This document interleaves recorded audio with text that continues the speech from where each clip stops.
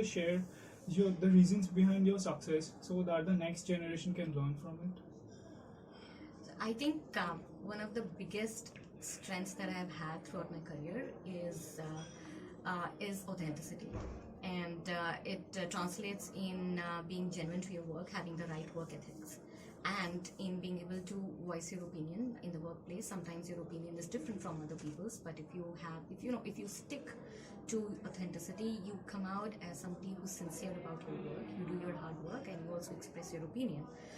But you don't get lost in trying to toe the line or in trying to sort of pay lip service. But if you're true to yourself and you work very hard with that, it goes a long way. Okay, ma'am. Ma'am, please suggest one management lesson that you would like to share with the MBA students. Um, I think it's around the same theme, authenticity, as I would say it. It's, I think a lot of us get lost in trying to say what our bosses want us to say or in trying to say what our organization wants to hear. But ultimately, what really gets appreciated is when you are working towards what's really in the best interest of the organization. And if you stick to your work ethics and you carry yourself as somebody who's true to their ethics and true to their own views, it really works out well. That has been one of my biggest lessons. Okay, ma'am.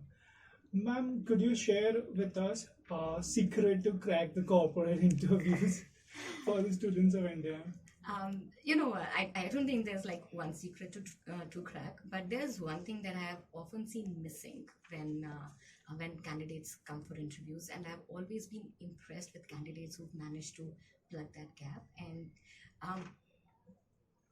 I would say when you're going for an interview, do your research on the organization, research on, say, the department that you're interviewing for, research on the role that you're interviewing for. I mean, try to place your responses in context of the role that you're interviewing for, right? I mean, I was interviewing for a role which was for investments, and there were candidates who had no idea what the investment strategy for the organization was, what were investments that had been made in the past.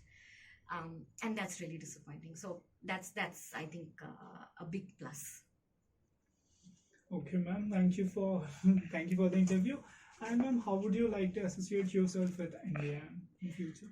I was just talking to Dr. Desai about it. I would love to be able to come and engage with the students and pick their brains on what they see as the future, right? Because this is the generation that's really going to change the face of corporate India.